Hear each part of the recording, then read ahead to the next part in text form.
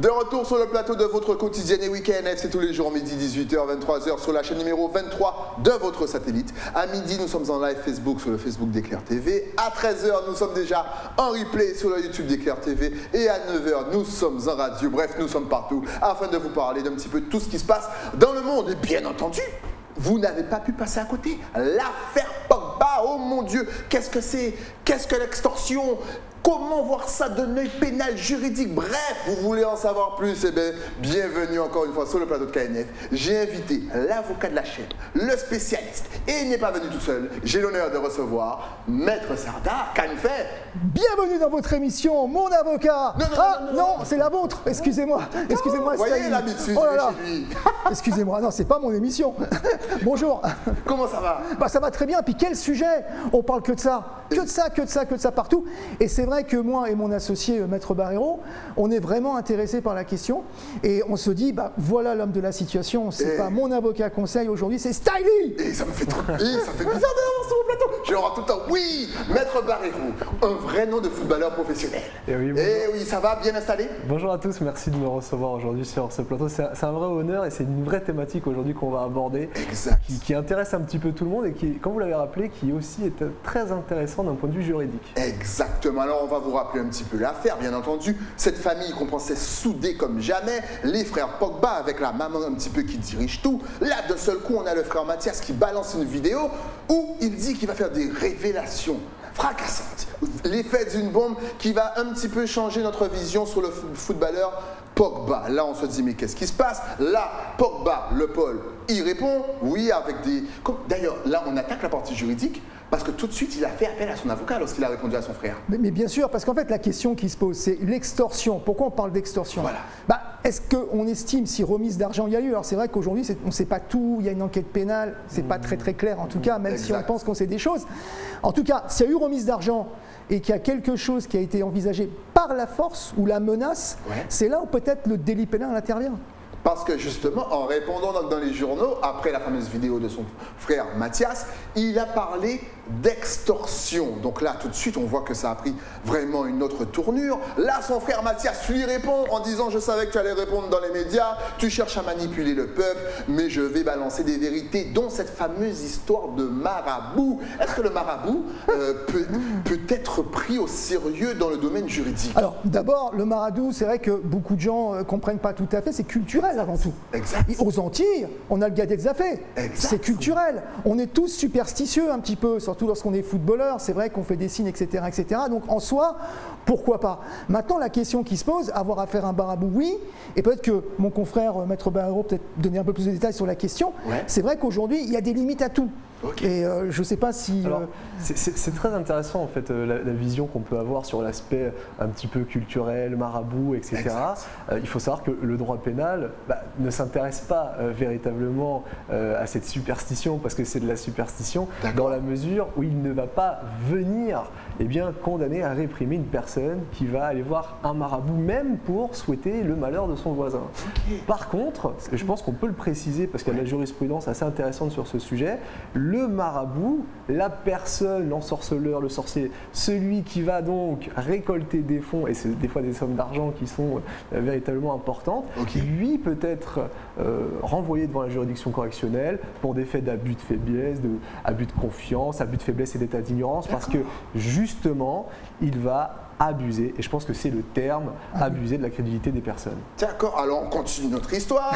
Paul Pogba, donc, Mathias Pogba a donc accusé son frère d'avoir fait appel à un marabout pour marabouter donc ses coéquipiers, dont le fameux Kylian Mbappé. Là, Paul Pogba répond: non, je ne l'ai pas fait, j'ai fait appel à un marabout simplement pour mes blessures, mais bien entendu pas pour marabouter mes amis, mes frères, Griezmann, non, rien de tout ça. Donc qui dit vrai, qui dit faux, on ne sait pas. En tout cas, catastrophe, explosion dans la famille Pogba. On attend la vérité, bien entendu, mais on va se pencher sur le point de vue, bien entendu, juridique, pénal, etc. Sachant que c'est apparemment, que ça revient souvent dans le milieu du football, tout ce qui est extorsion et compagnie. Alors, de plus en plus, c'est vrai que nous, à l'école, on avait fait un peu de droit du sport, notamment mon confrère qui était anciennement footballeur, enfin bon, peu importe. Mais aujourd'hui, on était loin de voir des choses comme ça, mais de plus en plus. C'est vrai qu'aujourd'hui, on parle beaucoup d'argent, on parle parfois d'extorsion, parfois d'autres délits, hein, puisqu'il y a eu d'autres affaires, notamment sur des histoires un peu plus féminines. Et c'est vrai que les choses deviennent un peu différentes de ce qu'on a vu à la base. Mais alors, pour le marabout, si j'avais été l'avocat donc, de M. Pogba, je dirais, on est tous superstitieux. À la rigueur, je peux comprendre, ça me met mal à l'aise, mais on est tous superstitieux. Lorsque dans le foot, on fait des signes de croix. Exact. On a une culture. Est-ce qu'il faut vraiment avoir honte d'avoir envisagé du maraboutage parce qu'on a une superstition? Je pense qu'on pourrait le défendre, ne serait-ce que là-dessus. Bon, c'est pas pénal, mais pour vous expliquer un petit peu l'aspect défense, vous voyez, de ce qu'on pourrait nous envisager, parce qu'on le comprend également. Alors après, la question de savoir s'il y a remise de fonds, parce que tout est là, y a-t-il eu remise de fonds et pourquoi les fonds ont été remis? Manifestement, c'est quand même un dossier qui est confié à l'instruction, c'est-à-dire qu'il y a un magistrat, juge d'instruction, qui va avoir pour objectif de récolter des preuves, d'entendre les différentes parties justement à ce procès qui débute, entre guillemets, à cette enquête qui débute. On sait que Mathias Pogba a été auditionné par la gendarmerie, la maman aussi, c'est vrai, vous l'avez rappelé, c'est avant tout un drame familial. On voyait notamment la fratrie Pogba, et je pense que c'est d'ailleurs très symptomatique, parce qu'aujourd'hui, le frère, le fils Pogba, eh bien c'est un petit peu, alors moi j'exprime comme ça, le puits de pétrole de la famille. Et aujourd'hui on s'en rend compte, on se rend compte que les sportifs de haut niveau, tout comme les stars de célébrité, mais aujourd'hui nos footballeurs, ce sont des rockstars. Exact. Ce sont des rockstars très présents sur les milieux sociaux, etc. et tout. Et bien évidemment, derrière, il va y avoir des gens qui vont graviter autour. Alors, un petit moment, on parlait des agents de joueurs, etc. C'était une première période de l'histoire du football. Et aujourd'hui, on a des tierces personnes qui vont graviter, qui vont tenter par tout moyen de profiter de la richesse finalement financière du sportif et de sa notoriété. Et je pense que dans l'affaire Pogba, on est exactement dans ce dossier, dans ce cliché, parce qu'il y en aura d'autres. Maître Sarda a rappelé l'affaire de la sextape Valbuena-Karim Benzema, qui a eu des conséquences sportives non négligeables d'ailleurs sur Karim Benzema, qui a tardé à revenir en équipe de France. L'équipe de France. Aujourd'hui, vous avez également le procès Mendy en Angleterre, qui est quelque chose aussi, on pourra aussi faire une on rappelle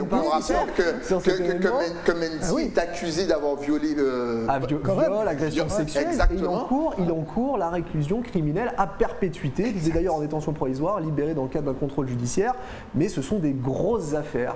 Donc les footballeurs aujourd'hui ne sont plus, ils sont toujours un petit peu sur les terrains, mais ils sont également sur la scène juridique, tels que les hommes politiques ou autres. Et voir dans les prétoires. C'est-à-dire qu'aujourd'hui...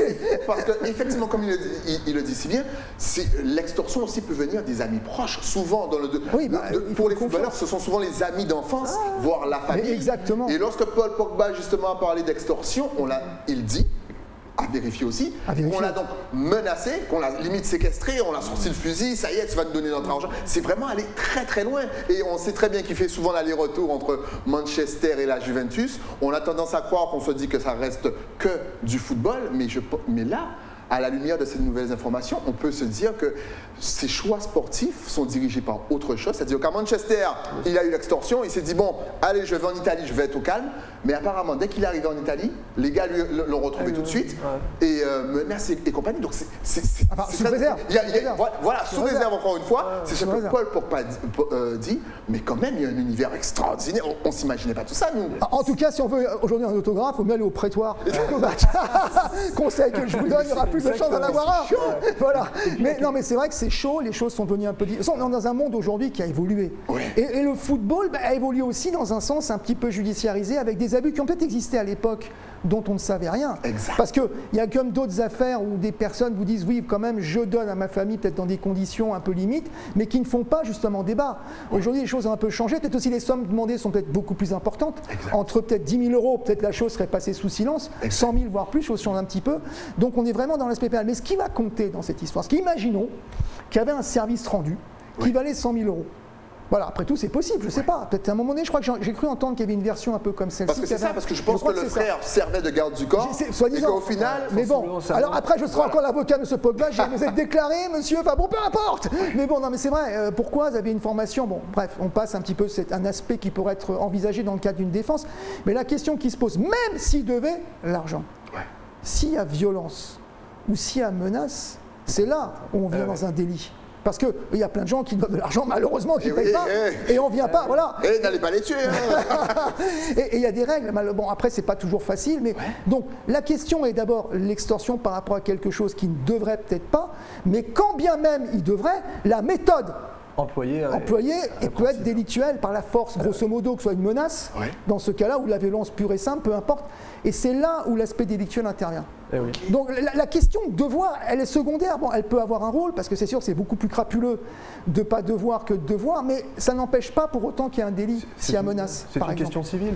Donc au final, Pogba, sur le plan juridique, il a fait quoi pour se protéger? Je sais qu'il a laissé plus parler ses avocats, donc on n'entend pas trop sa version, mais sur le plan juridique, quelles sont les actions qu'il a menées?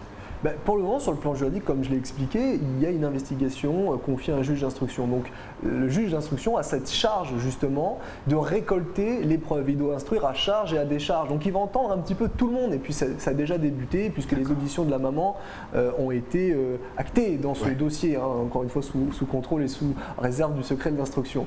Donc il va amener sa version des faits. Et c'est parfaitement regrettable pour, je pense d'ailleurs, Paul Pogba, parce que son adversaire dans ce dossier, c'est son frère. C'est son frère. Et il est intéressant d'expliquer les choses de cette manière. Vous avez une méthode de communication qui est totalement fantaisiste. Il faut le dire, c'est-à-dire que les révélations ont commencé par des publications faites sur les réseaux sociaux, sur TikTok, vous savez, un petit peu comme une bande-annonce. Sauf que derrière, le film, il n'est peut-être pas aussi agréable comme on pourrait penser, en tout cas pour Paul Pogba, parce que, vous savez, à l'approche du mondial, tout est planifié, à l'approche d'une compétition officielle d'une grande importance, vous rajoutez dans la psychologie du joueur une bombe atomique, parce que c'est une bombe atomique cette nouvelle, faite en plus par son frère, bon, c'est pas le moment si j'ai envie de m'exprimer ainsi, et puis vous avez Mathias Pogba qui lui, à travers ce message, on n'est pas véritablement dans le cas de la diffamation parce qu'il ne dit pas les choses. Il laisse s'ouvrir une porte, les révélations vont tomber. C'est comme un message de pression, c'est de la pression certainement, mais derrière on sent quand même qu'il veut régler ses comptes personnel et familial sur la toile, parce que c'est le terme adéquat, sauf que son comportement à Mathias Pogba peut-être et va être passé sous le prisme du droit pénal. Alors ce que j'ajouterais moi, c'est que même, on ne sait pas trop ce qu'il en est, mais il y a une méthode. Il y a vraiment une méthode. Je ne peux pas dire effectivement dire qu'il y a un délit pénal, mais en tout cas la méthode on la voit bien, c'est exactement ce que vous dites. Il y a une méthode. Alors est-ce que celle-ci, on est dans le droit pénal ou pas, on ne sait pas, mais il y a comme une méthode. Ça me fait penser un petit peu aux élections. Il y a une élection présidentielle l'autre et boum, une bombe qui arrive et qui est gênante. Là on est quand même sur des échéances très importantes. Alors aujourd'hui je crois qu'il est blessé, Pogba. Il est blessé, il va se faire opérer. Aujourd'hui, je veux dire, mais est-ce qu'il sera vraiment dans ces... C'est quand même compliqué comme situation. Pour le moment, il n'est pas à la Coupe du Monde. On va vous dire ça clairement. Il n'y est pas. Donc je veux dire, dans les prétoires, on peut le trouver. Non, mais c'est quand même un petit peu déraisonnable tout ça. Bon. Et c'est vrai que nous, on n'est pas confrontés à ce que là, mais on est vraiment très attentifs à tout ça. Ça nous sort un petit peu du droit des contrats, etc. Parce qu'on a fait comme quelques-uns dans le cadre donc, du droit du sport. Et c'est vrai qu'on sort complètement. Alors c'est pas non plus le droit de la famille. On va dire, c'est le droit de la famille. Non, c'est pas le droit de la famille. C'est ça. Est-ce qu'on peut... Non, je plaisante. Non, c'est pas le droit de la famille parce que c'est un droit de la famille. Là, c'est plutôt un droit de la non-famille où peut-être les gens se détruisent un petit peu, à mon sens en tout cas. Voilà. Mais c'est vrai que je plaisantais un petit peu avec ça. On est vraiment dans un cadre manifestement pénal, voire civil, voire les deux, à voir en fonction de la situation. Mais en tout cas, j'entends Maître Barreiro d'une façon très brillante. C'est une méthode. Ça, c'est certain. C'est ce que vous dites. Au final, il y a une méthode. Alors pourquoi, comment? C'est pas une méthode inhabituelle, c'est une annonce, comme vous dites, avec qu'on voit souvent pour annoncer quelque chose qui est une bombe atomique. Et c'est ça, à mon avis, qui est intéressant. Après, on ne sait pas, mais ça, c'est vrai. Mais est-ce que le frère, donc je vais déjà revenir sur donc pour le moment, on ne peut pas attaquer Mathias. C'est-à-dire parce qu'il ne nous a pas encore réellement donné de preuves. Il a parlé du marabout sur Mbappé. Apparemment, Pogba a donc répondu « Non, j'ai utilisé les marabouts pour simplement mes blessures ». À savoir que les marabouts sont souvent appelés dans le domaine du football et que même si on n'y croit pas, comme on l'a dit tout à l'heure, on ne va pas jouer avec le feu. Voilà. Mais pour l'instant, on ne peut pas attaquer Mathias Pogba. On ne peut pas l'attaquer pour la simple et bonne raison. Déjà, on n'a pas cette information. Parce qu'il semblerait que dans ce dossier, il y a quand même un sacré antécédent. C'est-à-dire qu'on parle, de vous à moi, 13 millions d'euros. C'est la somme qu'on réclame, c'est-à-dire voilà, les ravisseurs, alors c'est de l'extorsion, bien évidemment, sous réserve.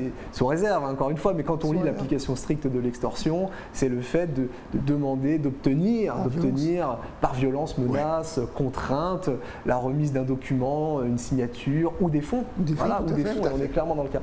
Et donc, il semblerait qu'il y ait quand même un antécédent sur le dossier Pogba qui dure finalement depuis 13 ans, depuis 13 années, d'où la somme 13 millions d'euros qui reviendrait à dire 1 million par an pour, effectivement, on a tous entendu ça, pour de la sécurité ou pour de la garde. Voilà.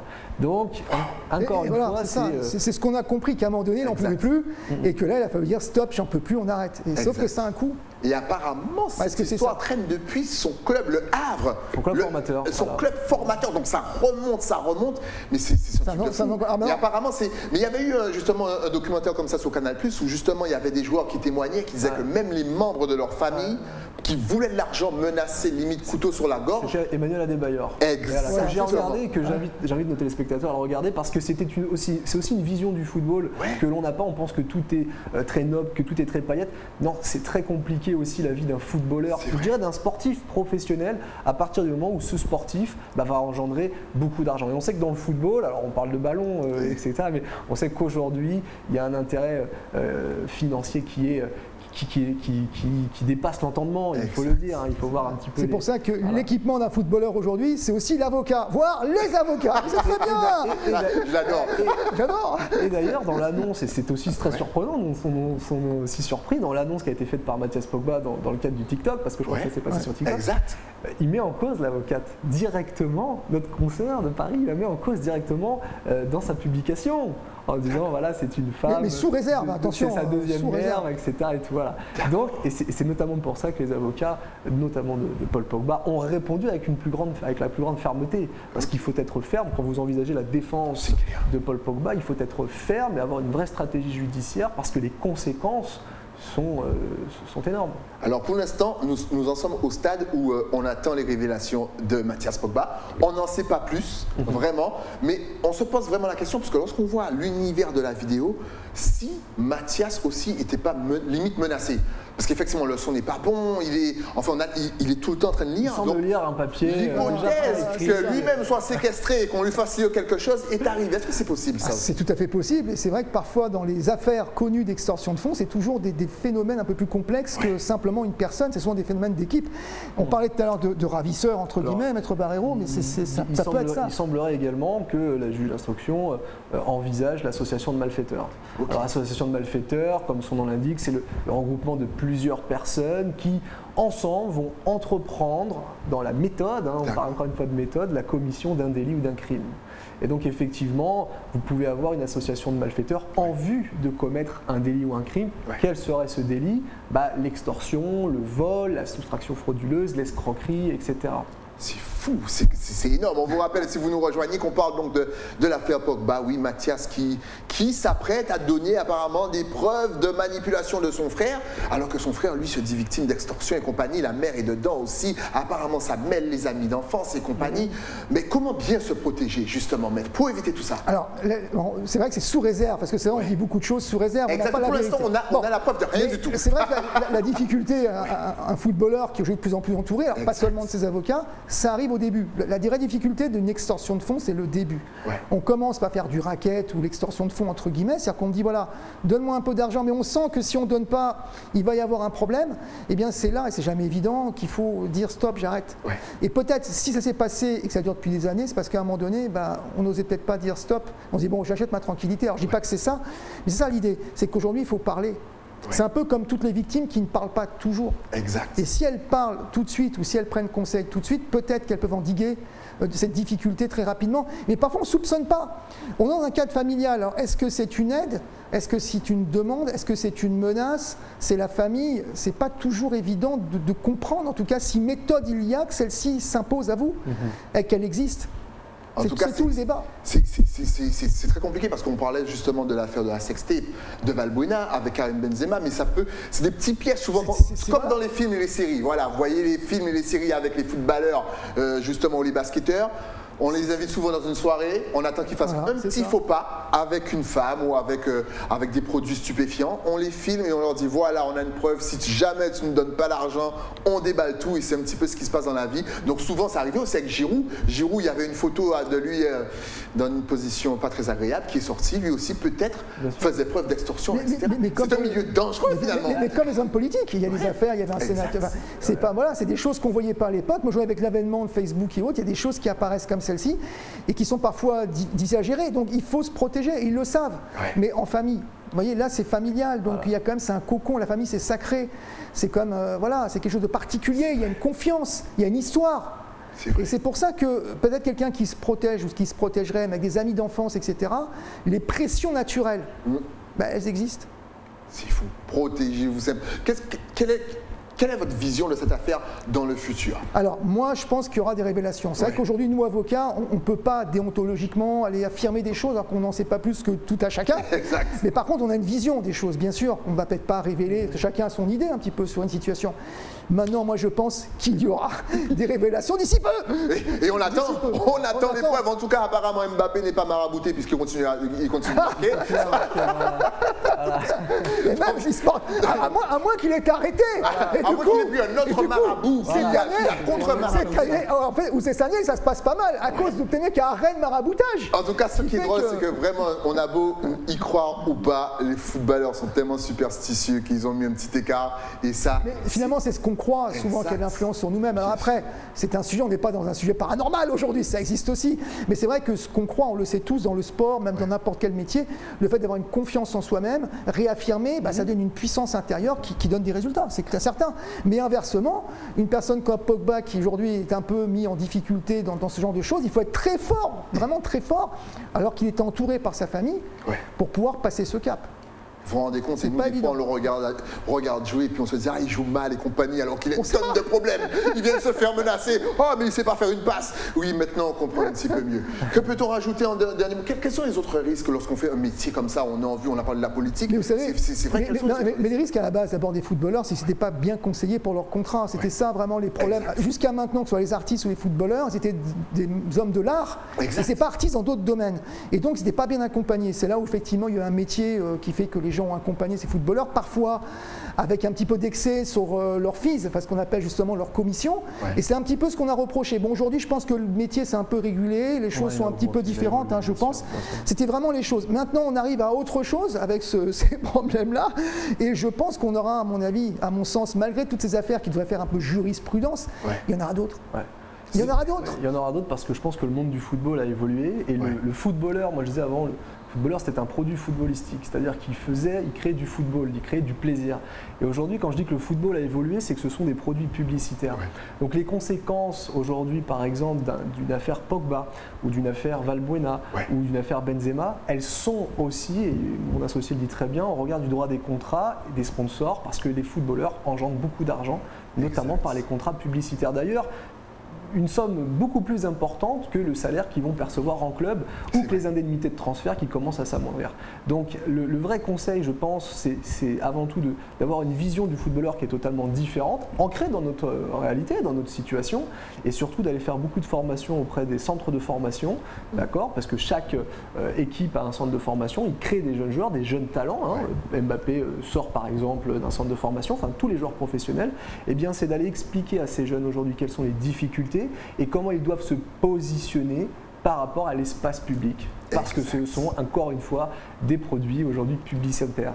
C'est un vrai métier, ça s'apprend les gens. En tout cas, si vous avez besoin, vas-y, non, mais c'est ça, j'aime bien, c'est un vrai métier. En fait, le métier, c'est pas seulement taper dans un ballon. Exactement. C'est plein d'autres choses. J'aime beaucoup l'expression, c'est tout à fait ça. En tout cas, si vous voulez des conseils sur le plan juridique, on vous rappelle bien entendu que ces messieurs tournent en long, large et travers sur la chaîne 23 de votre satellite Éclair TV. Mais si on veut vous contacter, est-ce que vous avez un site internet, des réseaux sociaux? De toute façon, on a tout va s'afficher juste là. Alors, Excellent. Moi, il y a une chose que je voudrais rajouter, si Styly me le permet. Bien sûr, mais d'abord on va donner tes adresses, puisque vu que ça sera affiché, on va pas gaspiller ce bel affichage. Donc avocat avec S, avocat Sarda, pardon, sans S.com pour le site internet, et puis sarda-barrero-avocat.com. Vous connectez, puis ils sont là à votre disposition. Vas-y, si alors, vous savez, j'ai une petite méthode, ou une tradition aujourd'hui sur Éclair TV.